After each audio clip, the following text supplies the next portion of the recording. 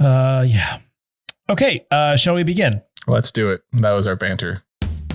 Welcome to Namely 90s.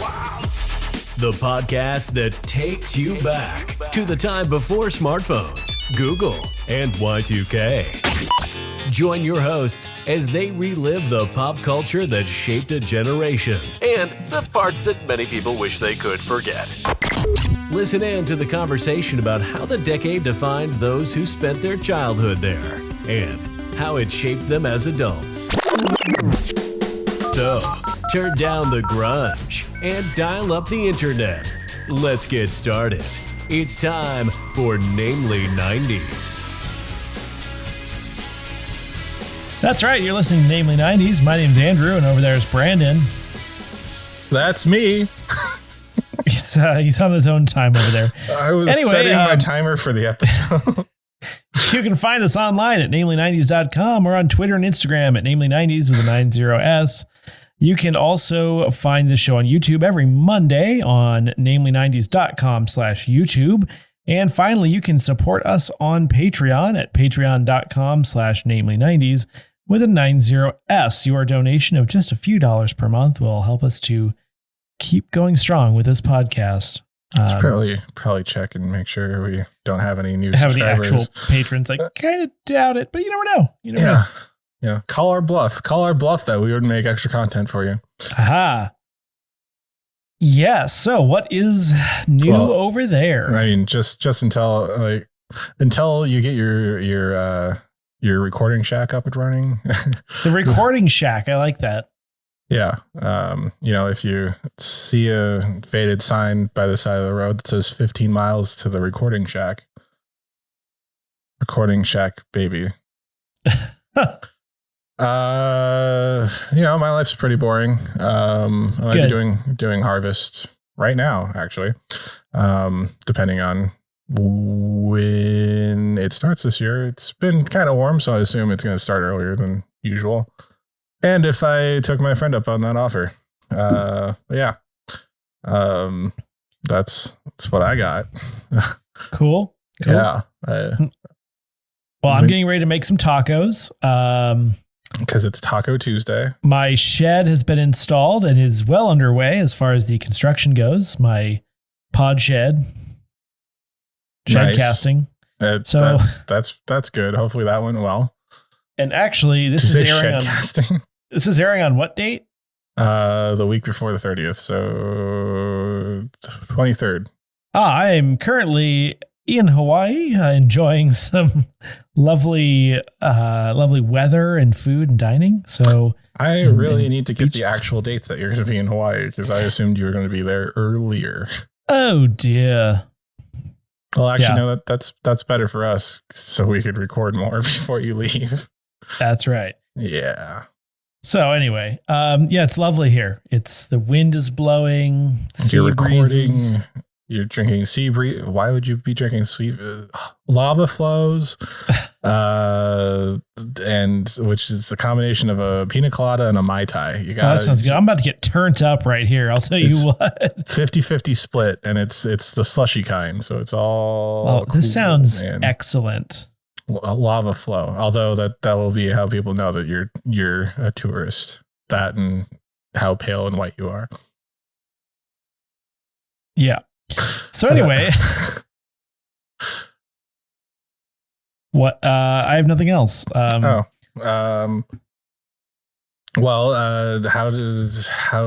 the hockey? This is being recorded quite some time ago, but basically the Seattle Kraken are currently choosing their roster by selecting one player from each team in the NHL, and that's interesting. The hockey season doesn't start proper until sometime in October. Wait, it's from current NHL Yeah, rosters? expansion draft. You get to choose one player from each team, and they get to protect a certain amount of players. But I was going to say, can you just pick the top player from each team? No, there's a salary cap too. They have to be cognizant of that. They couldn't possibly do that. So, and they can protect a certain amount of players. So that way you don't have a freshman team when you start as an expansion team. Exactly. Never would have thought of that. I always just assumed You just had a fresh batch of rooks. That's what you got. No, I think it's gotten better recently because they don't want to just have a crappy team that's going to fail and then fold after like 3 seasons, Yes. I always thought that was the point, except for the folding part. No, the point is to make money. Oh, of course. It's America. No, getting excited. We got the preseason game coming up here on the 26th of September. He's wearing his Kraken shirt. I'm wearing the same shirt I was wearing in the last episode. It also says C on my hat. I'm currently slightly in Idaho, which is not in Washington. Because it's a different state. That's true. No, it's the third. It's the third part of the Pacific Northwest, which is suspect. Honestly, I mean, Idaho doesn't touch any part of the Pacific. Just saying. Yeah, and they refuse to include themselves in like the Pacific Northwest region, like as far as the COVID restrictions. They wanted to be different. I mean, the further east you go until you actually hit the East Coast, it's then is it? What do they do like on the East Coast? Because you have all the you have the liberal cities, and then which direction do you go to find less liberal and more conservative areas? Do you just go south? West is that and okay? South? Yeah. Like, because look at Virginia. You go west or south. Because in general, like you said, like when you're on the West Coast, you just be like, yeah, just go inland for a couple hours. Can you? You're gonna have to bleep this, and I think it'd be funnier. Maybe make a note. I was talking to someone from West Virginia, and he said that there's a term they use for little towns in the middle of nowhere in like the South and stuff. Uh-huh. He says he refers to them as a your sisterville. Yeah, I've heard that one before. It must have been I from didn't you. write that. That was funny. Please bleep that. Well, what would you like me to bleep it with? Just a regular bleep. Ugh, that's so much work. How is that a lot of work? It's more work than me just cutting out a word that you just said. Why don't you just cut out the from the last time you bleeped me and bleep that in? Because that's the that I downloaded off the internet to you with. There you go. And then you can say several things about how annoying it is and add the bleeps into what you're saying. It's more amusing to me to have you say something like duck or Rochester or... I feel like people don't, they don't get it. It just sounds, it's like not, it's, I don't know. That's true. Fine. Fuck. Fuck. Goose. What is happening right now? You know, what's more amusing to me is now that you've said duck a few times, I can just censor the first part of those words. And it sounds like you just said duck, duck. Yes, indeed. What are we doing here? Is this a podcast? No, it's just us sparring verbally over the internet, like we always do. Excuse me. Shall we move on? If you can tell me the correct year. August of 1994. Oh, he remembered because it's right in front of him. Travel back with me, if you will, listener, to August 1994. We have a lot of stuff this month, and somehow not a lot to talk about. On the 1st, Cal Ripken Jr. becomes the second player to play in 2,000 consecutive MLB games after Lou Gehrig. On the 4th, the Notorious B.I.G. marries Faith Evans. On the 5th, Billy Idol has a drug overdose. On the 11th, actor Peter Cushing, who played General Tarkin in Star Wars and Doctor Who in those Doctor Who movies from the 60s, he passes away. On the 12th, we have 3 things here. The first NFL game on Fox airs. The MLB Players Association goes on strike, canceling the World Series, and Woodstock 94 begins, which is the 25th anniversary of Woodstock 69. On the 14th, the Hubble telescope photographs Uranus with visible rings. On the 14th, Hubble telescope photographs Uranus with visible rings. On the 16th, the IBM Simon the world's first smartphone is released. Although the term smartphone doesn't exist until 1995. Aha. On the 17th, Phoebe Bridgers, also Phoebe Waller-Bridgers, is born. She's an American indie rock artist. On the 18th, Michaela Murphy, aka Jessie Flowers, is born. She's the voice. Jessie Flower is born. She's the voice actress of Toph in Avatar: The Last Airbender and other voice actory things. On the 18th as well, Madeline Petch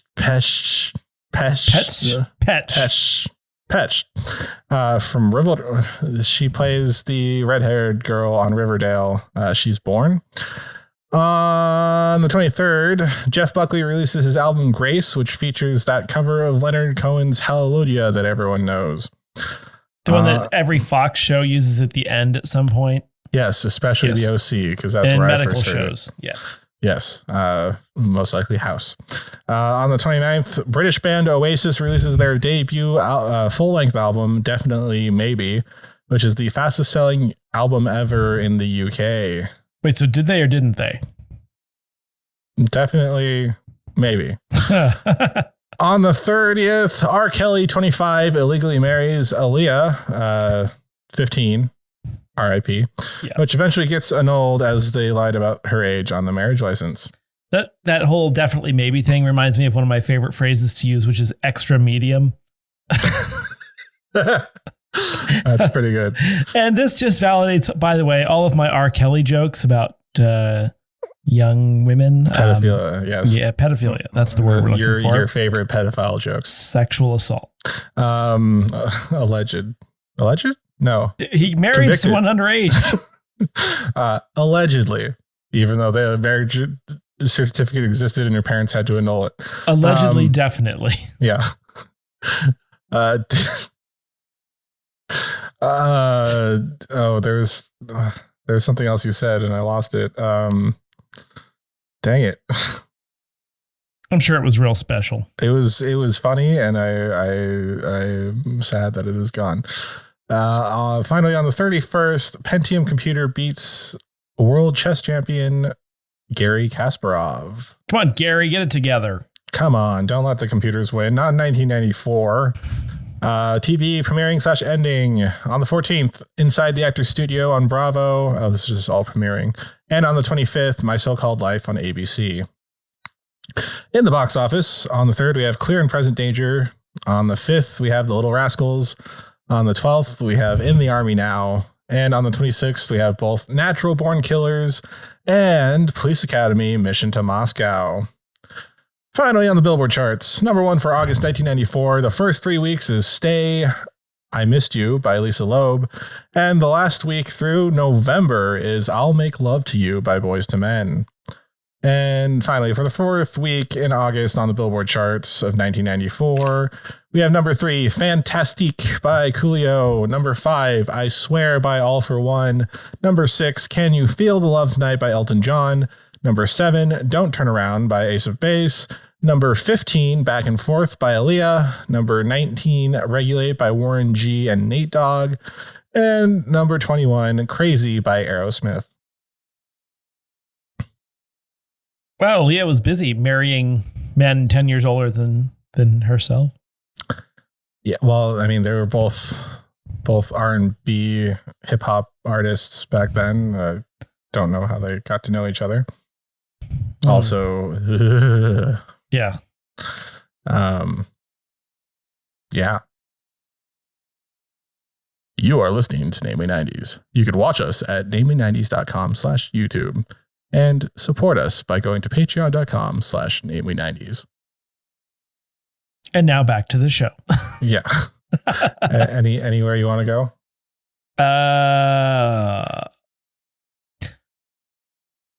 No.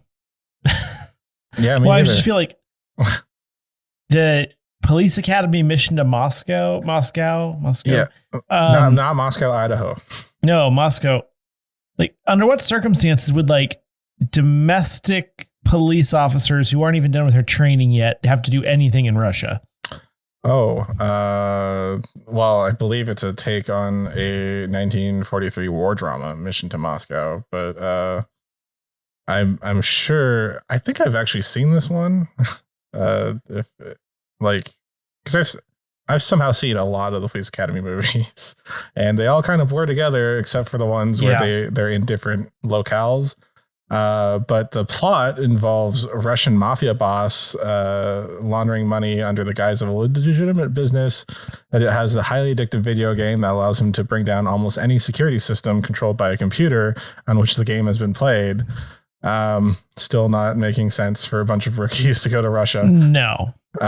Desperate to apprehend him, the Russian commandant Alexandre blah blah blah sends for help from America, and he decides to bring in someone he met at a police convention, which is the commandant Eric Lassad of the Police Academy. There we go. That's how that all plays out. That's dumb. Yeah. Well, because most of the people in the Police Academy movies had graduated in the first movie, and then they would just have like one or two cadets that come along. Like in this one, they have Michael Winslow's still. He's Sergeant Jones. He's the guy that makes all the weird noises with his mouth. Oh. He's a good mimic. We have David Graff as Eugene Tackleberry still, and Leslie Easterbrook. She played Captain Callahan. Yep.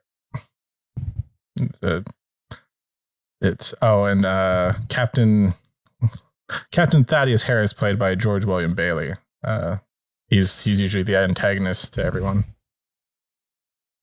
Okay. That sounds really bad. Yep.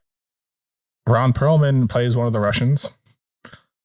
Christopher Lee is the commandant that I mentioned, Commandant Rakov. Wow. There's Christopher Lee was Count Dooku in Star Wars. And, he was probably best known for being Francisco Scaramanga in The Man with the Golden Gun. Remember Man with the Golden Gun? I'm familiar with it, yes. He's Sauron in the Lord of the Rings trilogy. I didn't actually mean to talk about this for this long. I know. Did you have another joke? No. We don't have anything to talk about. Well, let's talk about the IBM Simon Personal Communicator. I just want to see if there's anyone else I know in this cast. Sure. Why don't you? It was a phone. It was like a black rectangle with like one of those bad green LCD screens on it. Yep. And it looked bad. I've never heard of this phone until today. It is a handheld touchscreen PDA designed by IBM and manufactured by Mitsubishi. Like I said, the term smartphone was not coined until 1995, but because of its features and capabilities, it is referenced as the first true smartphone. I mean, it's kind of cool. It has like a touch screen with buttons. Like you said, it's like a LCD screen. Did I say LCD? Pretty big. Is it an LCD screen? A stylus. I'm pretty sure it is. Let's find out using the internet. Did they have liquid crystal displays back then? Oh, yeah.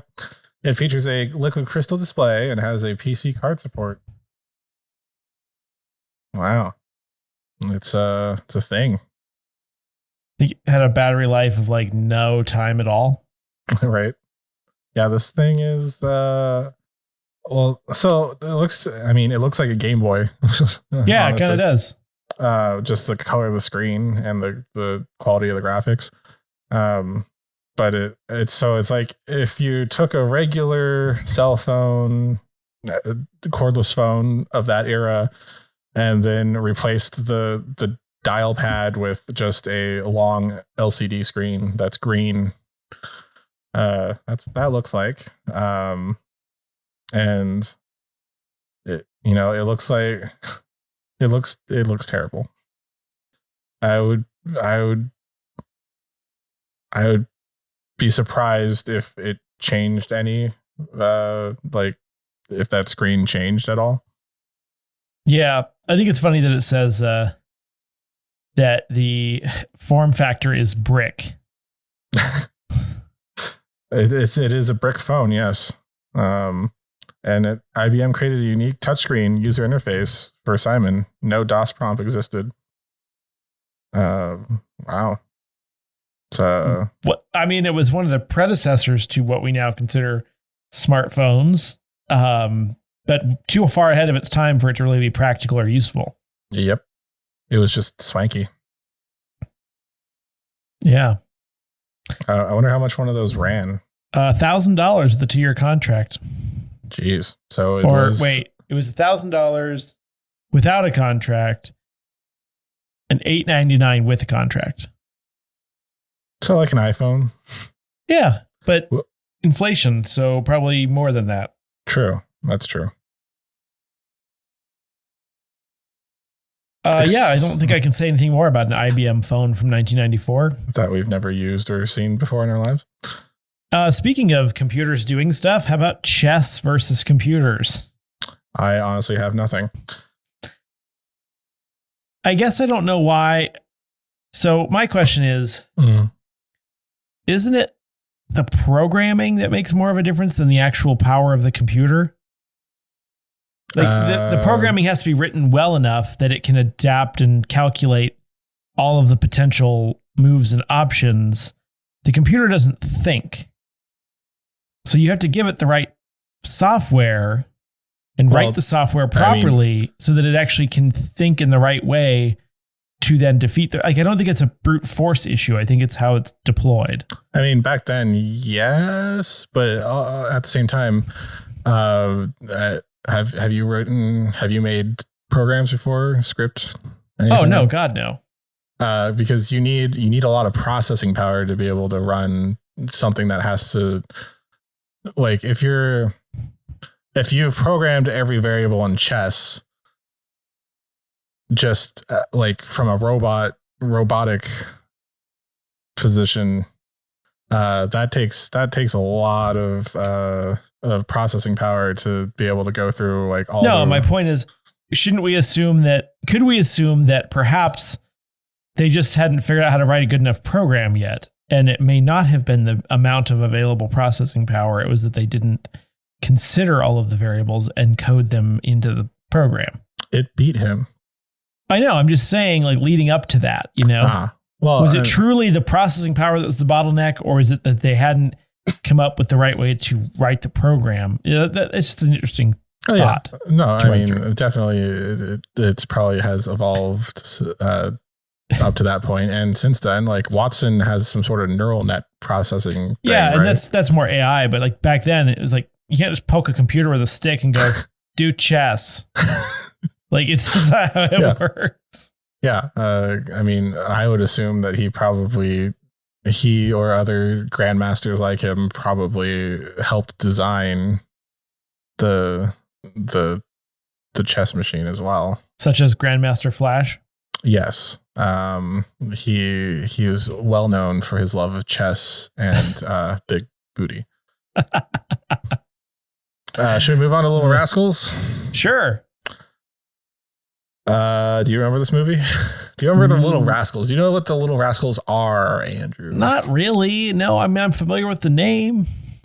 So the Little Rascals is a 1994 American family comedy. It's an adaptation of Our Gang, a series of short films from the 1920s, 30s, and 40s, which many were broadcast on television as the Little Rascals, which centered on the adventures of a group of neighborhood children. The blah blah blah. It was the first. So this was an adaptation of that. It was the first collaboration between the screenwriters for Liar Liar and Heartbreakers. But so there's a bunch of little scrappy boys. All with various names. They're part of the He-Man Woman Haters Club, which they're a bunch of little kids and they think girls have cooties and girls can't do anything. Very classic 1920s, 30s, and 40s attitude towards women. I'm sure the short stories from back then were all openly racist too. Oh yeah. Well, no, I'm pretty sure there was a young black child mixed in with the. Oh, so the just gang. openly sexist. Perfect. Yeah, just openly sexist. It was the 20s, 30s, and 40s. But I'm taking this. We're gonna play a game, and we're gonna call it. Can you name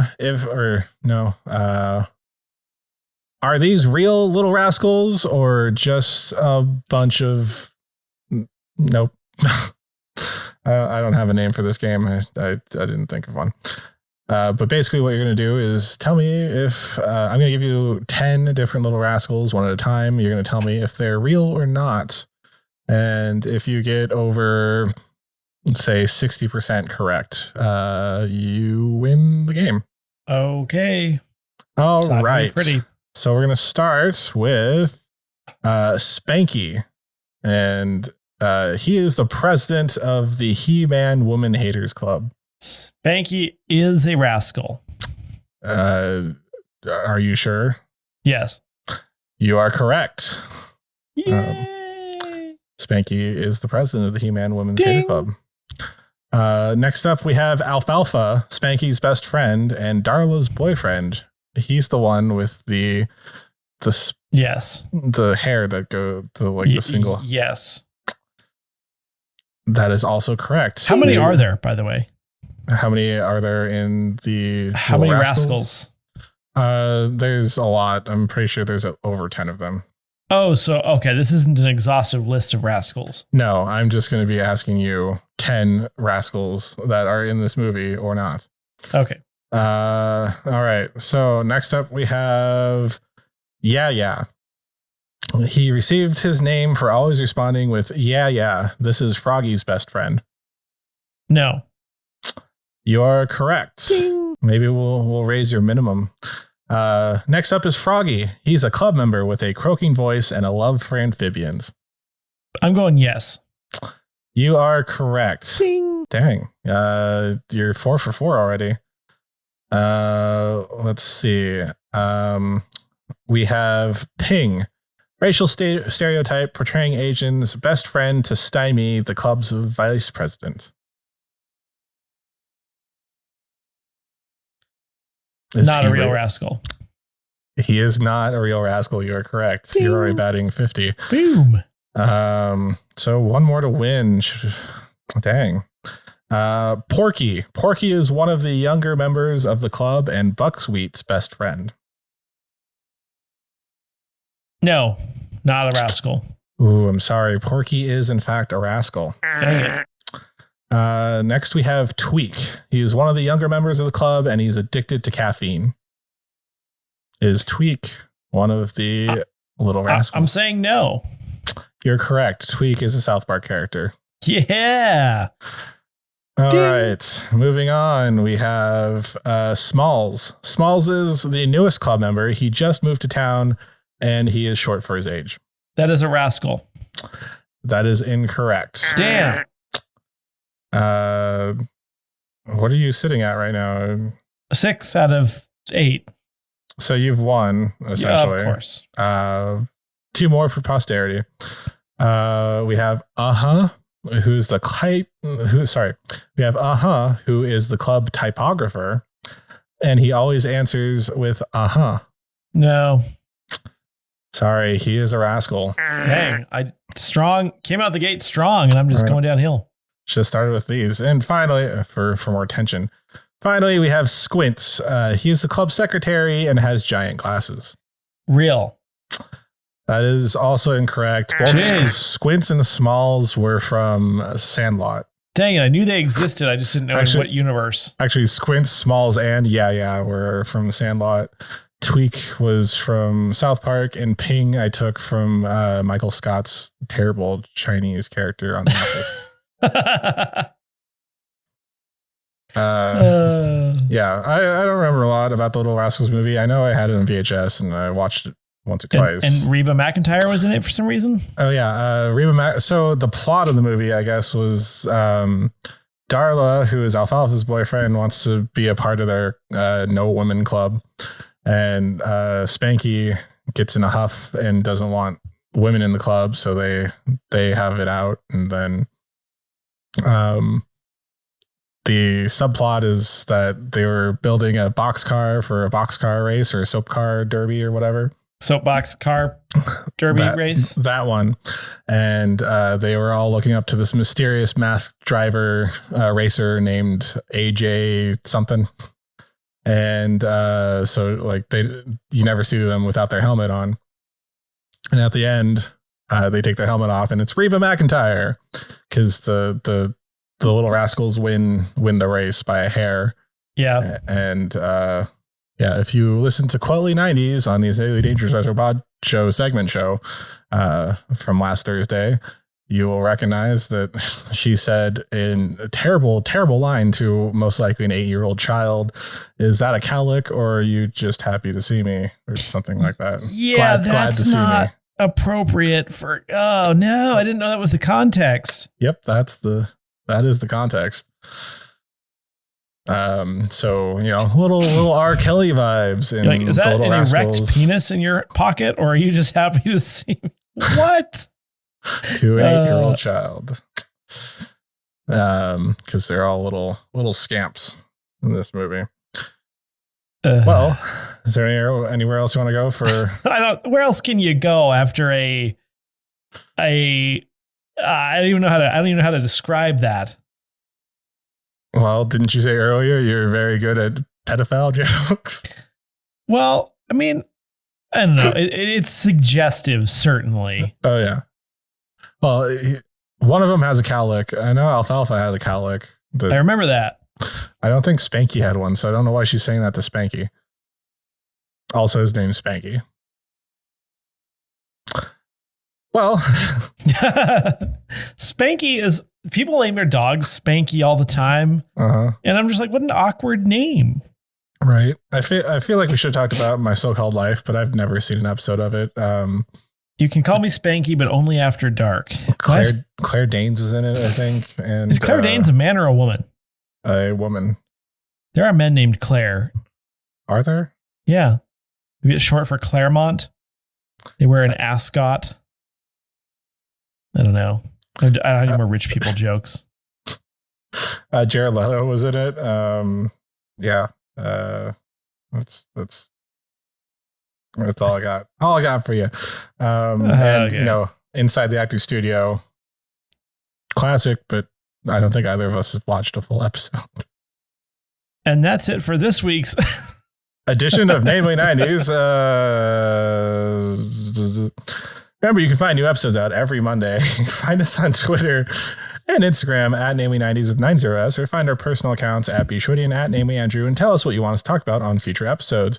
If you'd like to support the show, please check out our Patreon at patreon.com/Namely90s, also with the 90s. Finally, you can also contact us through our website, namely90s.com.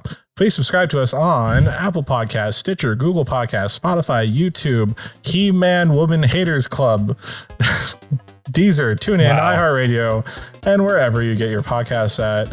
I should say that with the Reba McEntire and whatnot, they're like, oh wow, women can do things too. Let's let all the girls into the club now. And the girls willingly joined the He-Man Woman Haters Club. I'm Brandon, that's Andrew, and we will catch you next time.